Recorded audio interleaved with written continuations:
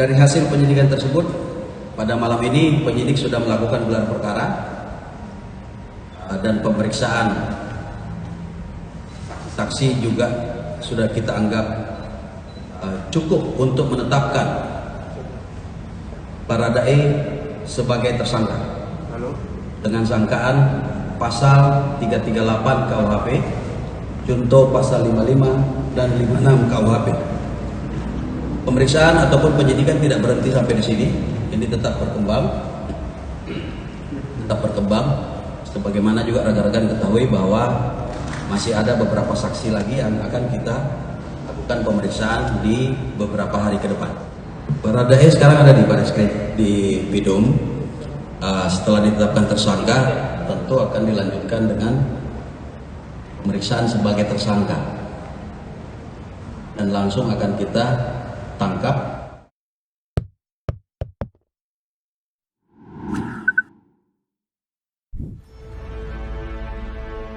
Halo, assalamualaikum warahmatullahi wabarakatuh. Apa kabar Anda semua? Semoga selalu dalam keadaan sehat walafiat, tetap semangat ya. Apapun suasananya harus tetap semangat. Dan kembali berjumpa dengan saya, Ersbun Arif. Dan saya Agi Beta. Kita kembali pada hari ini dengan informasi yang terbaru, Mas Ersu. Tadi malam sudah ditetapkan ya Mas Ersu mengenai update pembunuhan Brigadir Yosua, sudah ada tersangkanya begitu Mas Ersu? Ya.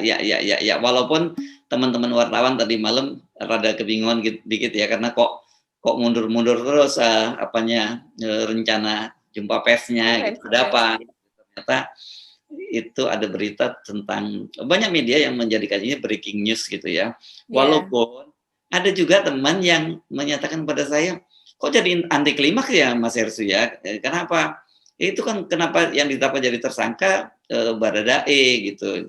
Pertanyaan ini juga masuk akal karena mereka tentu saja selama ini yang orang sebut sebagai kalau mengikuti peristiwa ini rasanya agak aneh gitu kalau kemudian yang jadi tersangka hanya Baradae.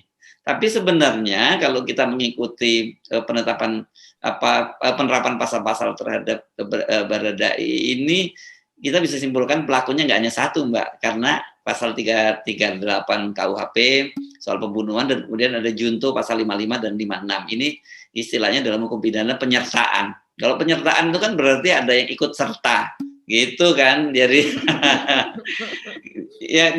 ya sabar dulu, jangan buru-buru. Tapi satu hal yang jelas bahwa dengan penerapan pasal itu dia tidak kena hukuman tindakan pembunuhan berencana ya pasal itu.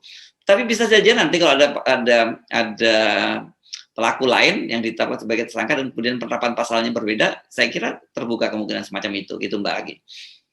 Iya betul Mas Ersu. Jadi teman-teman jangan putus asa begitu ya. Terutama teman-teman diskusi kita di off the record, begitu mereka sangat concern terhadap peristiwa ini. Memang beberapa ada yang menanyakan kenapa sih update terus peristiwa ini, padahal ini kan hanya kriminal, masih banyak peristiwa yang lebih penting. Kita selalu mengatakan ya Mas Ersu bahwa masalah keadilan itu adalah menjadi dasar dari semua kehidupan kita manusia di atas bumi. Jika tidak ada keadilan, apa jadinya gitu. Dan kebetulan melalui peristiwa ini maka kita menguji juga mengenai keadilan di Indonesia gitu, di negara kita, apakah ini akan berlangsung adil pada semua tingkatan, pada semua pangkat begitu ya, dari pada semua latar belakang yang semuanya ada terlibat di dalamnya. Ini adalah salah satu contoh begitu. Ya, dan ini jangan lupa melibatkan seorang anggota polisi gitu ya. Artinya kalau ada seorang anggota polisi seperti Brigadir Yosua saja tidak bisa mendapat keadilan, bagaimana dengan kita yang rakyat biasa yang bukan polisi, tidak punya keluarga polisi dan sebagainya. Kira-kira begitu ya. Iya Mas Ersu, betul sekali. Oke. Dan kemudian pasal yang dikenakan yaitu kepada Baradae ini adalah pasal 338 seperti kata Mas Ersu tadi. 338 KUHP junto 55 dan 56 ya Mas Ersu. Dan di mana yang 56 itu adalah ada kemungkinan akan membuka kemungkinan untuk adanya tersangka lainnya, yaitu karena di situ dikenakan sebagai turut serta dalam peristiwa tersebut, begitu. Dan kemudian juga menurut dari pengacara dari Brigadir J, yaitu Johnson Panjaitan, memang dia mengatakan seharusnya itu adalah yang dikenalkan adalah pasal 340 mengenai pembunuhan berencana. Tapi tampaknya dia sudah cukup puas lah ini menjadi sudah ditetapkan menjadi tersangka, dan kemudian ada juntonya yaitu pasal 55 dan atau 56 tersebut, begitu. Dan Johnson ini memang sebelumnya sudah pernah mengatakan, ya Mas Hersu, ini cukup menarik, saya baca saja, saya takut salah. Sebelumnya dia pada sebuah diskusi pada waktu ditanya oleh media pada tanggal 27 Juli, yaitu pada saat dilakukannya otopsi kedua dari jenazah Brigadir Yosua. Tepatnya Johnson Panjaitan mengatakan demikian. Tidak ada kejahatan sempurna, sekalipun itu dilakukan oleh jenderal yang sangat terlatih, di mana dia memimpin satuan yang sangat luar biasa, yakni Satgas Merah Putih. Kami lebih dari meyakini bahwa kasus ini akan terbuka, karena pertaruhannya bukan hanya kredibilitas institusi Polri, tapi juga penegakan hukum secara keseluruhan. Nah, ini berarti adalah menyangkut negara. Tapi lumayan ngeri-ngeri sedap ya, karena di situ langsung dikatakan gitu secara terus terang dan lumayan keras gitu, bahwa tidak ada kejahatan sempurna sekalipun itu dilakukan oleh jenderal yang sangat terlatih gitu. Nah, tentunya kalau kita sebagai wartawan tetap menganggap seandainya keterlibatan dari Pak Ferdy Sambo ini tetap menjadi dugaan, karena belum ada bukti, ya Mas Hersu, maksudnya belum ada penetapan tersangka dan sebagainya. Tapi hari ini Pak Ferdy Sambo memang akan memenuhi pemeriksaan di Barreskrim Polri gitu. Ya. Dan gini, yang juga kemarin kita bahas soal Ibu Ferdy Sambo kan, karena Ibu Ferdy Sambo ini kalau menurut konstruksi dari Komnas HAM, ya sekarang dia satu-satunya orang yang bisa memastikan apakah terjadi peristiwa pelecehan atau tidak gitu. Nah, dalam kasus ini saya kira sebenarnya kita mendorong kasus ini untuk dihentikan saja, karena memang orang yang diduga menjadi pelaku kan Yosua ini kan sudah meninggal dunia. Jadi bagaimana kasusnya mau dilanjutkan, karena dengan begitu Bu Putri juga bisa lebih tenang gitu, apalagi kan sampai sekarang katanya dia masih shock gitu, masih terbaring di tempat tidur gitu ya. Jadi sebaiknya memang sekarang polisi lebih fokus kepada soal dugaan pembunuhan berencana, meskipun sekarang yang digunakan pasalnya bukan pasal pembunuhan berencana, tapi pembunuhan dengan penyertaan gitu ya. Penyertaan itu artinya lebih dari satu orang. Itu kita bisa hampir memastikan begitu kalau rumusan pasalnya semacam itu. Kalau dengan penyertaan tapi nggak ada orang lain, ya bukan namanya penyertaan. Dan kalau toh kemudian disebutkan bahwa ini pembunuhan dilakukan oleh Brigadir Barada Richard, apa motifnya? Ini kan juga jadi susah aja juga menjelaskan. Sampai sejauh ini saya masih bingung kalau disebutkan bahwa Barada Richard ini sebagai pelaku pembunuhan, apalagi kemudian disebut pelaku tunggal gitu. Apalagi polisi juga kemudian kan membantah penjelasan sebelumnya bahwa dia melakukan penembakan itu karena membela diri, dan itu udah ada penjelasan bolak-balik bahwa tidak Barada Richard bukan melakukan pembelaan diri gitu. Nah, jadi apa nih kasusnya? Kan jadi menarik ini, Mbak. Iya betul. Semalam itu ada penjelasan ya dari Pak Andi Ivan ya, sebagai Direktur Tindak Pidana Umum. Andirian. Ya, Pak Andirian sebagai Direktur Tindak Pidana Umum. Jadi bahwa kasus yang baru dikonferensi perskan tadi malam, karena sebelumnya sudah dilakukan gelar perkara, kata dia begitu, itu adalah kasus laporan dari pihak Brigadir J, yaitu tentang pembunuhan berencana begitu. Jadi soal pelecehan ini belum ada tersangkanya, belum ada penetapan dan sebagainya. Nah, seperti kata Mas Hersu tadi, memang ini akhirnya menjadi lucu kalau seandainya ini tetap juga dilanjutkan begitu ya, karena di dalam hal itu Brigadir Yosua itu menjadi tersangkanya begitu Mas Hersu.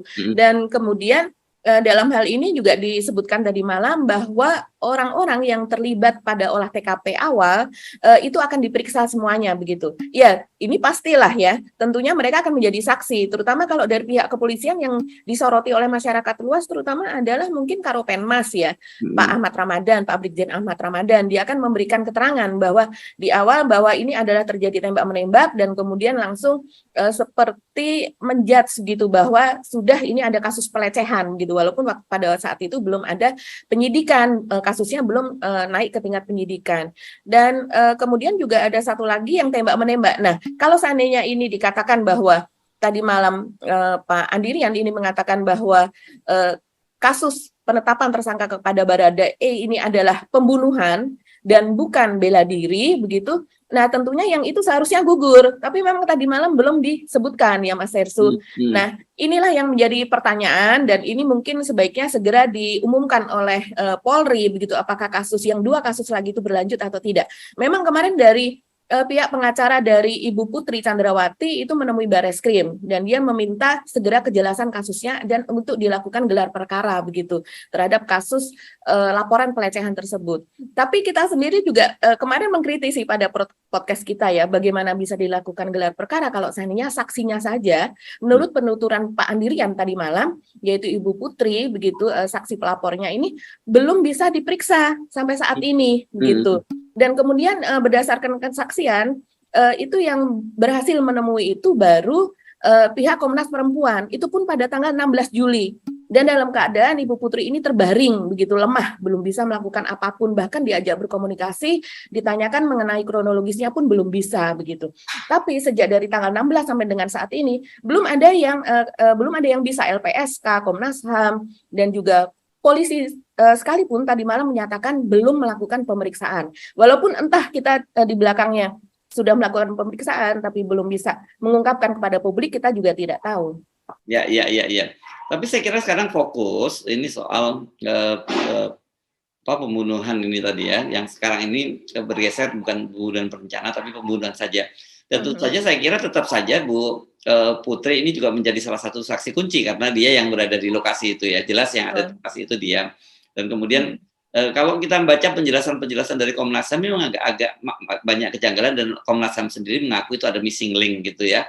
Kan kasus ini bagaimana peristiwa terjadi penembakan itu kan versi para ajudan yang diperiksa oleh Komnas HAM, termasuk juga Barada Richard sendiri, kan dia menyatakan bahwa pada waktu itu dia berada di lantai atas, ya kan? Dia di lantai atas sedang membantu ART untuk ikut merapikan kamar. Memang biasa pekerjaan semacam ini dilakukan oleh para ajudan, apalagi pengawal gitu. Apalagi tinggal di rumah tersebut.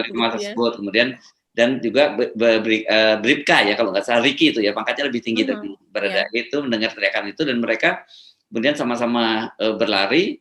Nah, ketika itulah kemudian si Brigadir Richard ini melihat Brigadir Yosua gitu. Barada Richard ini melihat Brigadir Yosua dan kemudian bertanya, ada apa Bang? Ini sama dengan versi sebelumnya, sama ketika versi awal yang disebutkan tembak-menembak itu, dan kemudian justru dia ditembak dan dia berlindung di tangga. Nah, yang lucu Bribka Ricky itu katanya bersembunyi di belakang kulkas. Ini kan seniornya dia ditembak-menembak, dia bersembunyi di belakang kulkas. Tapi menurut Ketua Komnas HAM itu ada missing link karena mereka tidak tahu juga apa yang diteriakkan oleh Ibu Putri Sambo kan gitu. Jadi sampai sekarang ini pun juga menurut saya nyebutnya jalan buntu kalau soal kasus soal pelecehan seksual ini, karena bagaimanapun tadi Brigadir Yosua aja sudah meninggal dunia gitu.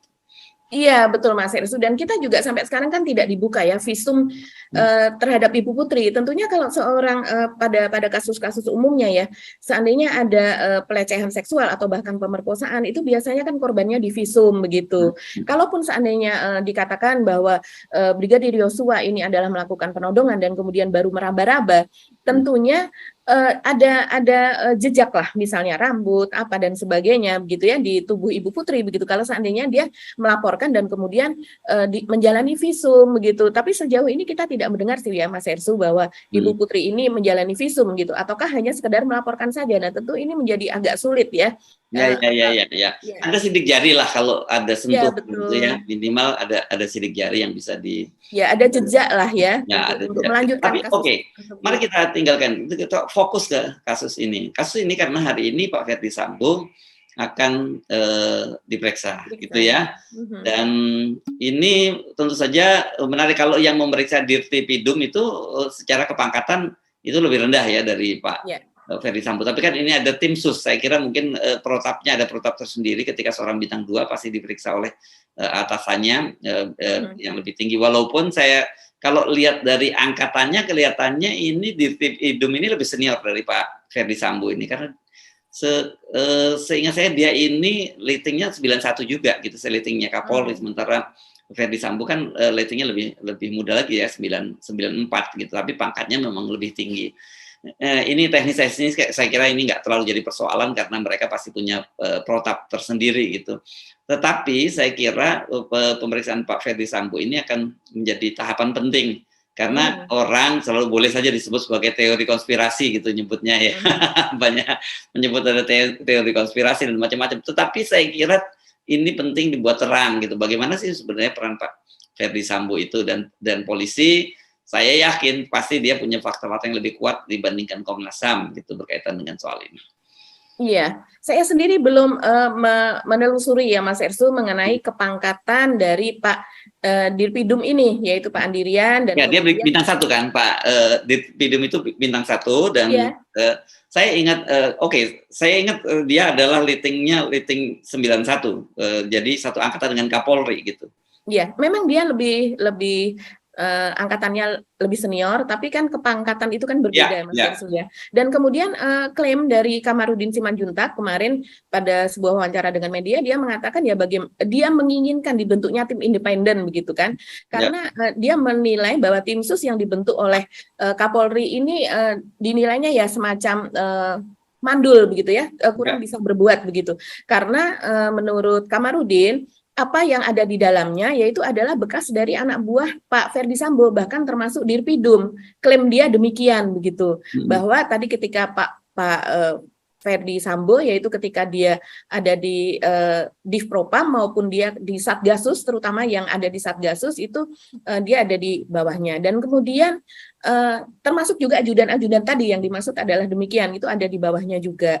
Dan kemudian mengenai hal ini juga yang perlu kita lihat adalah pernyataan keras dari Pak Mahfud MD kemarin, Menko Polhukam, yang ditemui oleh keluarga besar Huta Barat, yaitu ayah dari Brigadir Yosua, Samuel Huta Barat, yang didampingin oleh PO Huta Barat sebagai advokatnya, begitu ya. Dia salah seorang advokat senior juga di Indonesia.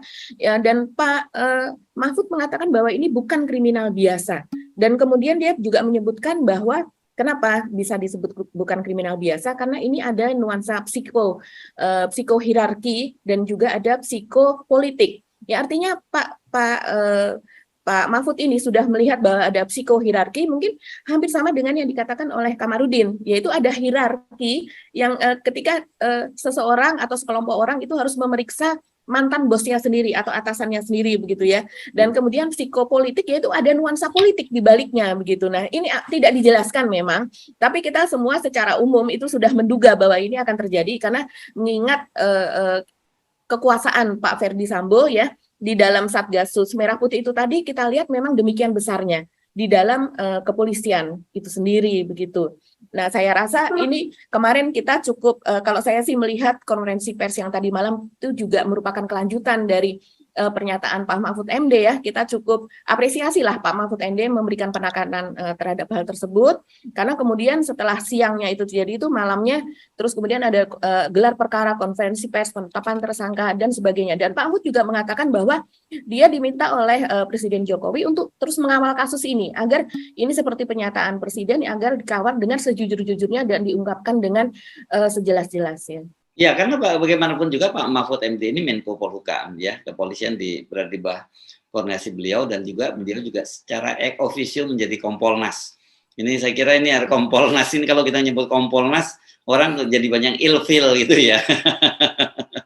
Karena awal-awal positioning dari Kompolnas, tapi saya kira beda, Pak Mahfud sikapnya berbeda sejak awal kan. Kita masih ingat ya, bagaimana Pak Mahfud mengingatkan agar segera minta juga dengan bahasa bahwa dia mendapat banyak masukan untuk segera menonaktifkan Ferdi Sambo. Kemudian juga dia mengingatkan Kapolri agar jangan sampai gara-gara mengejar tikus lumpuhnya terbakar, dan Kapolri tahulah bagaimana cara mengejar tikus itu kan sejak awal. Sebenarnya sinyal-sinyal politik dari Pak Mahfud MD ini saya kira kemudian juga mendorong publik untuk punya kecurigaan yang sama. Tetapi beda dengan Pak Mahfud yang saya kira punya akses terhadap berbagai informasi yang lebih valid dibandingkan dengan publik gitu ya. Betul, betul. Dan dalam hal ini juga pernyataan Pak Mahfud ini memang menjadi viral ya kemarin Mas Hersu. Dan kemudian ini tentu berbeda dengan pernyataan dari Komnas HAM misalnya, apalagi dari Kompolnas gitu ya, yang dinilai justru mereka ini bertindak sebagai humasnya Polri begitu kan. Ini masyarakat umum melihatnya demikian, apalagi ketika Kompolnas ini banyak diwakili oleh suara dari Pak Benny Mamoto begitu ya. Benny Mamoto ya. Maaf Pak Benny Mamoto.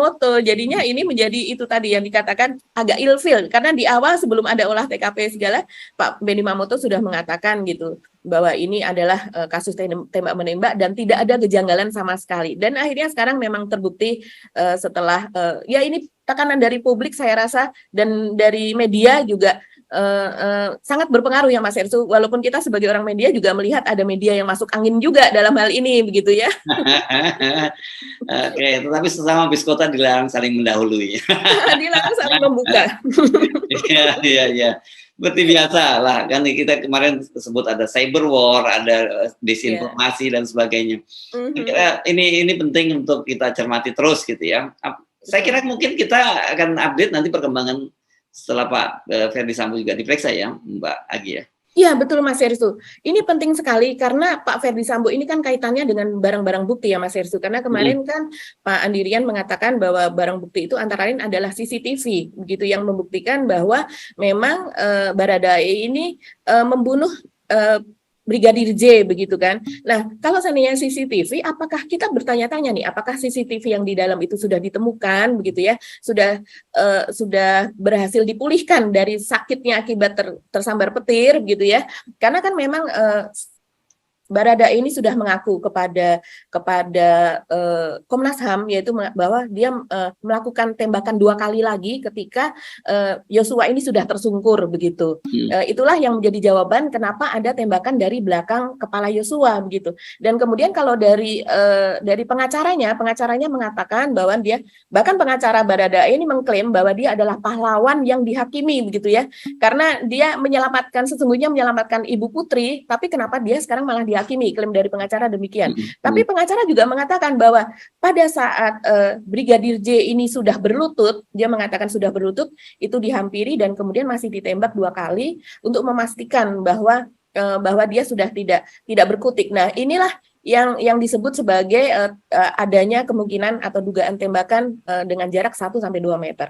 Nah, dengan adanya tembakan yang ini mungkin Mas Hersu itu membuktikan bahwa dalam hal ini ada pembunuhan gitu. Biasanya kan kalau orang, apalagi ini rekan, teman ya, mereka tidur di tempat yang sama dan sebagainya. Ketika sudah tersungkur dan sebagainya dan kemudian atau bahkan berlutut begitu ya, kenapa masih juga dihabisi begitu. Apalagi di situ ada Bribka Riki ya yang bersembunyi di belakang kulkas katanya, dan juga ada ART yang lainnya gitu. Tentunya ini tidak terjadi dalam 1-2 detik begitu ya, karena dia sempat turun tangga dan sebagainya, menghampiri dan sebagainya begitu.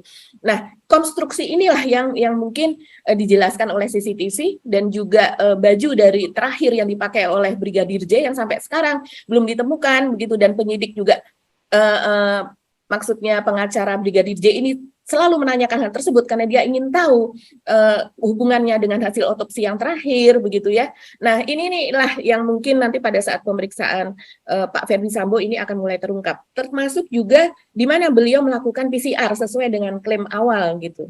Ya. Banyak, tapi jadi kelihatannya harusnya memang kasus ini segera mendapatkan titik terang gitu ya.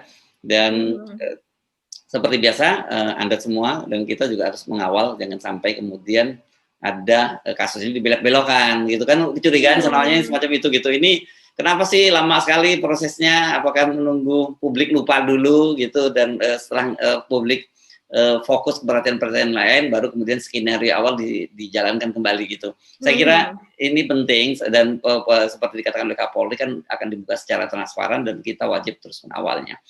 Itu bagi ya, kita ikuti lagi ya. Kita juga jangan ikut berspekulasi lebih jauh gitu soal. Betul. Kita kawal Mas Hersu, semoga tidak ada deal-deal politik karena ini ada psikopolitik kata Pak Mahfud ya. Dan juga semoga masalah hierarki ini tidak terlalu menjadi hambatan dalam pemeriksaan, karena toh untuk Barreskrim kan diketuai oleh Bintang 3 ya. Ya, Kabar Reskrim itu bintang 3, kemudian dan kasus ini kan langsung dipimpin oleh Wakapolri yang juga bintang 3. Di situ ada juga Irwasum bintang 3. Kalau tadi toh tapi biasanya sebenarnya kalau tapi pasalnya kan Pak beliau ini biasanya kan Propam itu yang meriksa. Tapi ini kan kepala divisi Propam tapi yang sudah nonaktif gitu. Ini bisa diperiksa nggak ada persoalan saya kira secara hierarki betul. Dirtipidumnya yang menjadi in charge ini memang bintang 1. Yang diperiksa bintang 2 gitu, tapi secara angkatan dia lebih senior. Tapi sebelumnya olah TKP di rumah dinas pun juga langsung dipimpin ya oleh Pak Andirian Jayadi ini. Ya. Iya, betul sebagai Bareskrim, kepala Bareskrim ya Mas Hersud, ketika itu ada 4 jenderal yang turun ya. Ya. Oke, baik kita ganti ke topik yang lain, Mbak Agi. Apa yang Anda usulkan ini yang kita bahas selain kasus yang hot seperti ini? Apa ya Mas Ersu yang lainnya kira-kira? Ada kalau saya sih menarik ini sebenarnya isu ini memang mungkin tidak seksi tapi penting untuk terus dikawal berkaitan dengan RUU KUHP gitu yang pemerintah seperti Pak Jokowi seperti oleh Pak Mahfud lagi nih yang bicara diminta untuk lebih membicarakan dulu dengan publik gitu kan kalau kita lihat apa yang disampaikan oleh wakil Menkumham itu yang orang kampus sebenarnya ini ya Profesor Edi Hairich itu seolah-olah ini pokoknya dia tergesa-gesa harus segera disahkan dan menganggap bahwa ini proses sudah berjalan dengan baik dan sebagainya. Tapi kita tahu kan banyak sekali kekecewaan bahkan kemarin Dewan Pers pun ketika bertemu dengan Menkumham juga merasa tidak puas gitu ya dan kemudian mengadu ke Pak Mahfud MD gitu. Ini soal serius saya kira ya soal undang RUU KUHP ini karena dampaknya itu bukan hanya kalangan pers yang akan kena, semua kalangan bisa kena. Makanya tagline-nya semua bisa kena. Kalau saya menyarankan ini publik juga tidak kalah seriusnya loh mengawal kasus ini, saya sebutnya kasus juga lah. Bahkan skandal RUU KUHP ini ya. Kenapa betul Mas Hersud. Iya. Ini mengingatkan kita ya kepada Omnibus Law. Iya Mas Hersud. Undang-undang Minerba, Omnibus Law, banyak semua kasus-kasus yang diproduk oleh DPR yang bisa aja disahkan di tengah malam gitu. Iya betul. Jadi pada prosedur ketika itu masih berupa rencana begitu ya, sebuah undang-undang akan diundangkan secara resmi, itu biasanya memang harus ada pendapat dari masyarakat luas begitu. Jadi ini ada roadshow. Jadi misalnya dari DPR dia misalnya membawa ini ke dalam diskusi luas gitu di tengah para mahasiswa. Dia datang ke universitas. Kemudian dia juga datang ke organisasi-organisasi. Terus kemudian juga ke masyarakat luas. Apalagi kalau nuansa di dalamnya ini menyangkut berbagai pihak. Nah, berbagai pihak itulah yang diajak berbicara. Bagaimana menurut mereka? Nah, dalam hal ini kita saja begitu ya sebagai orang pers gitu, sebagai wartawan cukup terkejut dengan adanya undang-undang di dalamnya yang dirasa itu akan membelenggu kebebasan pers. Begitu juga dengan mahasiswa. Mahasiswa banyak yang menyatakan bahwa kapan kami tidak mendengar dan kami tidak diajak berbicara. Padahal mahasiswa itu kan ada BEM, Badan Eksekutif Mahasiswa, juga banyak organisasi mahasiswa lainnya yang seharusnya sudah diajak berbicara. Dalam hal ini mahasiswa juga yang adik-adik yang suka melakukan unjuk rasa gitu ya sebagai bagian dari kebebasan berdemokrasi itu mendapatkan ancaman cukup keras ya kalau seandainya ini jadi diundangkan begitu. Karena memang yang tadinya semangat reformasi yaitu misalnya soal unjuk rasa, soal menyatakan pendapat dan sebagainya, itu kemudian seperti dikebiri begitu dan kita kembali bahkan seperti zaman Orde Baru dahulu. Nah, inilah yang sangat disayangkan. Cuman banyak juga publik yang menanyakan apakah Pak Jokowi sebelumnya tidak membaca hal ini ataukah staf ahlinya lah ya atau penasehatnya. Pak Jokowi punya banyak sekali loh Mas Hersu. Itu yang namanya staf sus itu ada berapa belas. Terus kemudian juga Watimpres ya yang terdiri dari para tokoh senior yang juga sudah berusia sangat senior. Terus kemudian juga banyaklah ini dari KSP dan sebagainya itu yang bisa membisikkan kepada Pak Jokowi. Pak Jokowi tidak harus membaca semuanya detail, tapi intinya harus disampaikan kepada Pak Jokowi sehingga Pak Jokowi juga tidak ikut terkejut dan kemudian meminta agar ini didiskusikan lebih lanjut dan lebih dulu begitu sebelum diundangkan. Ini penting terus kita kawal karena dampaknya seperti saya sampaikan tadi itu sangat-sangat serius undang-undang RUU KUHP ini. bahkan sebenarnya ini kalau beda dengan kasus Rian ini, kasus Yosua ini, begitu terungkap saya kira nanti kasusnya selesai. Kalau ini dampaknya sangat-sangat panjang karena itu akan menjadi produk hukum yang akan kita gunakan selanjutnya, dan kita dianggap bahwa ini produk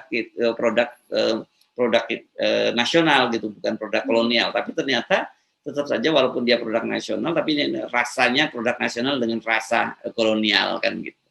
Ya, dan ini orang melihatnya lalu kepada nuansa menjelang 2024 begitu ya, di mana ini politik akan memanas dan banyak terjadi unjuk rasa juga, kemudian seperti biasalah pada setiap kali terjadi pilkada dan kemudian pilpres dan sebagaimana itu uang ada bertebaran di mana-mana. Bahkan kalau di kepolisian itu yang namanya upal atau uang palsu itu meningkat kasus-kasus seperti itu menjelang pilkada dan pilpres begitu ya. Kita tahu hiruk pikuknya, dan hiruk pikuk itu sepertinya akan ditangani dengan keras kalau seandainya undang-undang ini jadi diundangkan begitu. Padahal itu adalah pesta demokrasi gitu. Ya. Oke, Mbak Agi, kalau ada yang perlu ditambahkan lagi? Cukup Mas Ersu. Oke, kita akhiri perbincangan kita kali ini. Kita sampai ketemu lagi besok ya, hari Jumat. Selamat menjalankan hari Kamis, dan juga selamat menjalankan kalau Anda yang puasa sunnah pada hari Kamis, selamat menjalankan ibadah puasa, dan semoga amal ibadah kita hari ini diterima oleh Allah Subhanahu wa taala. Ini penting, mesti kita terus ingatkan dalam situasi seperti ini. Kita lebih banyak tawakal. Lebih banyak mendekatkan diri kepada Allah ya. Baik, Mbak Agi, saya mesti mengakhiri kita mesti mengakhiri perbincangan kali ini. Saya Hersunul Arif. Dan saya Agi Beta, terima kasih atas perhatian, sahabat Off the Record. Tetap salam 0%, wassalamualaikum. Salam 0% selalu. Waalaikumsalam warahmatullahi wabarakatuh.